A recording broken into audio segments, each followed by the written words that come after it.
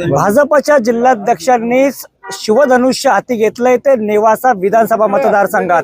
भाजपचे विद्यमान जिल्हाध्यक्ष विठ्ठलराव लंगे यांना शिंदे शिवसेनेच्या वतीनं उमेदवारी देण्यात आली आणि आता विठ्ठलराव लंगे यांचा प्रचार सध्या गावोगावी सुरू आहे। गावं जे छोटी गावं आहेत मतदारसंघातील त्या ठिकाणी गाव भेटी घेत ते आपला प्रचार करतायत। एकूणच जर पाहिलं तर माजी जलसंधारण मंत्री शंकरराव गडाख आणि त्यांचेच अनेक वर्ष सहकारी राहिलेले भाजपचे बंडखोर बाळासाहेब मुरकुटे हे दोन उमेदवार त्यांच्या विरोधात आहेत। त्यांनी त्या दरम्यान त्यांचा जो प्रचार सुरू आहे तर त्या संदर्भात आपण त्यांच्याशी बोलणार आहोत।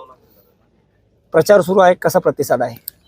अतिशय चांगला प्रतिसाद या नेवासा मतदारसंघामध्ये आहे।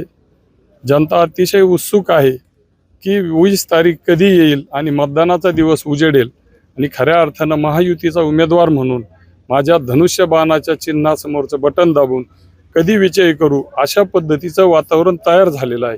पुन्हा आपल्या राज्याचे मुख्यमंत्री महोदय यांची येत्या 11 तारखेला या ठिकाणी सभा आहे। हजारो आमच्या लाडक्या बहिणी, माता भगिनी आणि मोठ्या प्रमाणात मतदार त्या ठिकाणी मुख्यमंत्री महोदयांना ऐकण्यासाठी येणार आहे आणि म्हणून हे वातावरण जसं जसं इलेक्शन पुढे जाईल ते वाढत जाणार आहे आणि आपला विजय निश्चित आहे। एकूणच जर पाहिलं तर गेली अनेक वर्ष तुम्ही बाळासाहेब मुरकुटे यांनी साथीनं शंकरराव गडाख यांच्या विरोधात या आवाज उठवला, मात्र ज्यावेळेस आज निवडणुकांची वेळ आली, परीक्षेची खरी तयारी आली, त्यावेळेसच ते तुम्हाला सोडून त्यांनी बंडखोरी केली। मनाला वाईट वाटतं? निश्चित जर आपण अनेक दिवस त्या ठिकाणी अनेक एकत्रितरित्या चर्चा करतो आणि ऐन वेळेस जर कोणी घात करत असेल तर निश्चितपणानं मनाला वेदना होतात।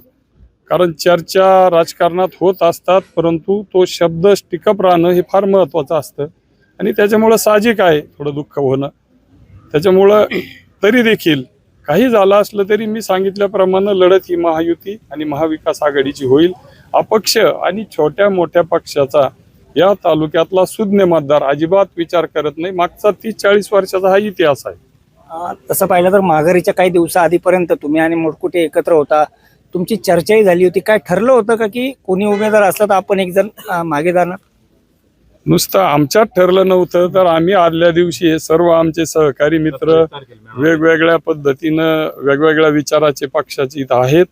एका मेळाव्यामध्ये माईक समोर आम्ही ओरडू सांगितलं होतं की महायुती ज्या उमेदवाराला, ज्या कार्यकर्त्याला तो कुणी असो उमेदवारी देईल त्याला एकजुटीनं ही वज्रमुठ एकत्रित ठेवून आपण लढायचं आणि या प्रस्थापित विद्यमान आमदाराचा पराभव करायचा। हे जग जाहीर झालेलं आहे, तालुक्यासमोर आलेलं आहे, मीडियामध्ये आलेलं आहे। त्याच्यामुळं तो विषय निश्चित खरा आहे की हे ठरलेलं होतं। दुसरीकडे पाहिलं तर तेच आता तुमच्यावर टीका करतायत की तुम्ही मॅनेज आहात। कुठेतरी तुम्ही भाजपचे असताना शिंदे गटाकडून जाऊन उमेदवारी करताय आणि कुठेतरी मॅनेज झालात गडाखांबरोबर आणि सगळं जवळचं राजकारण, तुमचं सोयीचं राजकारण सुरू आहे। खरं तर आता हा जो निर्णय धनुष्यबाणावरती लढण्याचा झालेला आहे हा एकत्रित निर्णय आपल्या राज्याचे मुख्यमंत्री महोदय, उपमुख्यमंत्री फडणवीस साहेब, उपमुख्यमंत्री आदरणीय अजितदादा, या जिल्ह्याचे पालकमंत्री आदरणीय नामदार राधाकृष्ण विखे पाटील साहेब, RPIचे आठवले साहेब, या सर्वांनी काही तांत्रिक अडचणी मतदारसंघाच्या वाटपामध्ये आल्यामुळं या ठिकाणी कमळाऐवजी धनुष्यबाणाच्या चिन्हावर लढण्याचा निर्णय हा सर्वश्रुत आपल्या वरिष्ठ नेत्यांचा आहे। त्यांनी तो निर्णय घेतला आणि जे इकडे तिकडे पळालेले आहे त्यांच्यासमोर ह्या सर्व गोष्टी माहिती आहेत। आणि असं असेल तर मी ज्या दिवशी उमेदवारी जाहीर झाली त्याच्या दुसऱ्या दिवशी फॉर्म भरला, पण आमचे जे सांगतात की मॅनेज आहे आमका आहे त्यांनी तर आदल्या दिवशी एक अपक्ष भरला, एक शिवसेनेचा भरला, एक भारतीय जनता पार्टीचा भरला आणि एक प्रहारचा भरला। आणि मग कोण मॅनेज आहे हे जनता त्याच्यामुळे समजून घेणार आहे आणि जनता त्यांना धडा शिकवेल जे असं। एकूणच जर पाहिलं तर तिरंगी सामना सध्या या ठिकाणी दिसतोय।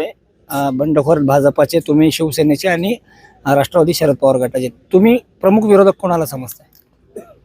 हा तिरंगी सामना अजिबातच नाही, ते मनामध्ये शंकाही आणायची गरज नाही। कारण याच्या पाठीमागचा इतिहास आहे, सुज्ञ मतदार या तालुक्यातला आहे। हा कधी दुरंगी सामना या ठिकाणी होणार आहे।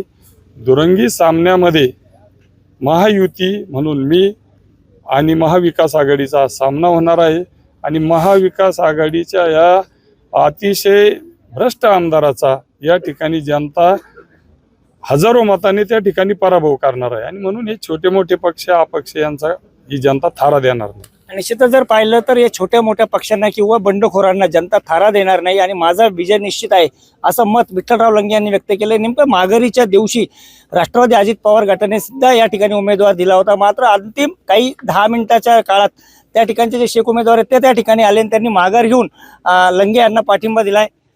खूप 15 मिनिटं शिल्लक होते त्यावेळेस तुम्ही पोहोचला, काही घडामोडी घडत होत्या का? 100% आमचा निर्णय झाला होता त्या ठिकाणी ही जागा लढवायची.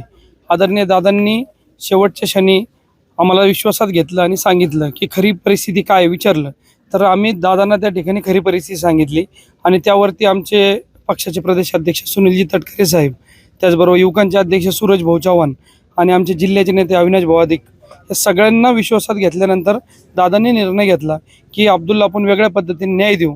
तर तुम्हाला या ठिकाणी काय वाटतं? सगळ्यांनी एकमताने त्या दिवशी ठरवलं की आपण यातून माघार घ्यायची, पण शेवटच्या 10 मिनिटापर्यंत आमचं ठरलं होतं ही जागा लढवायची. त्या पद्धतीने आम्ही सगळी तयारी केली होती.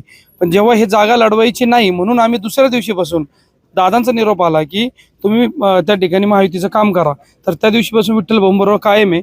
येणाऱ्या काळात पक्ष आणि विठ्ठल भाऊ आणि त्यांची सर्व संघटना या गोष्टीची नक्कीच त्या ठिकाणी जाणीव ठेवील. आम्हाला येणाऱ्या काळात न्याय दिली आम्हाला अपेक्षा आहे.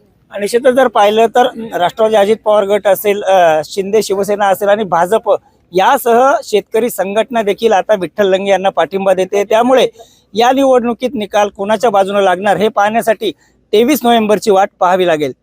नितीन ओझा, एबीपी माझा, नेवासा, अहिल्यानगर. एबीपी माझा, उघडा डोळे बघा नीट.